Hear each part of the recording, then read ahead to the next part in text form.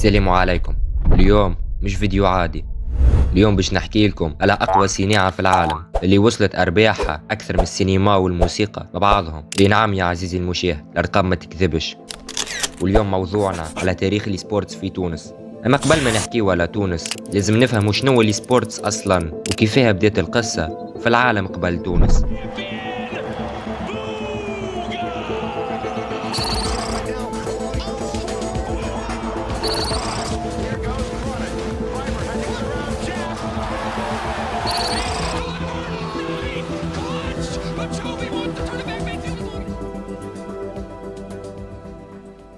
من لولي سبورتس ما كانش اسم كبير ومش معترف به أصلا، وأول بطولة رسمية ترجع لعام 1972 في جامعة ستانفورد بأمريكا.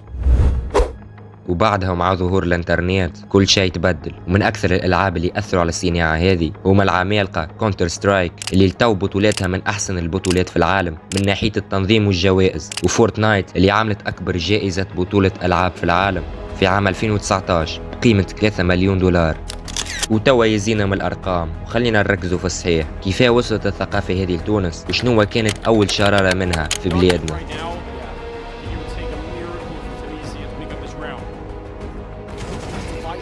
They will. XC swings, and that's the strong position gone. This makes it awkward. MP9 on the drive-by. MP9 for the last. Remind will close it, and Tunisia take the finals 2-0. في 2017 بدأت أول بطولة رسمية في تونس واللي كانت باسم قرطاج جيم شو على ألعاب كيما اللول وتيكن 7. صحيح البطولة هذه ما كانتش حاجة كبيرة، أما كانت دزة باهية المجال السبورتس في تونس.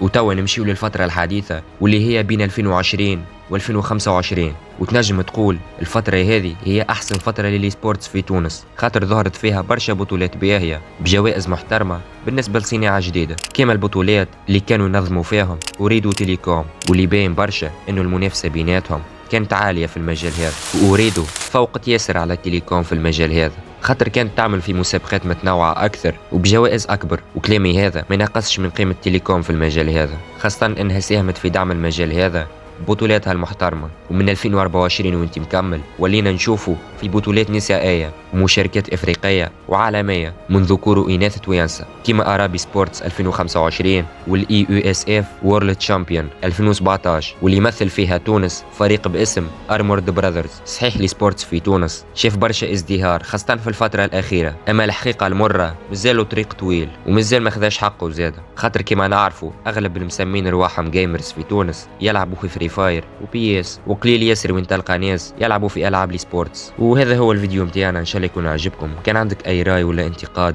نجم تكتبوا في الكومنتس، والسلام عليكم.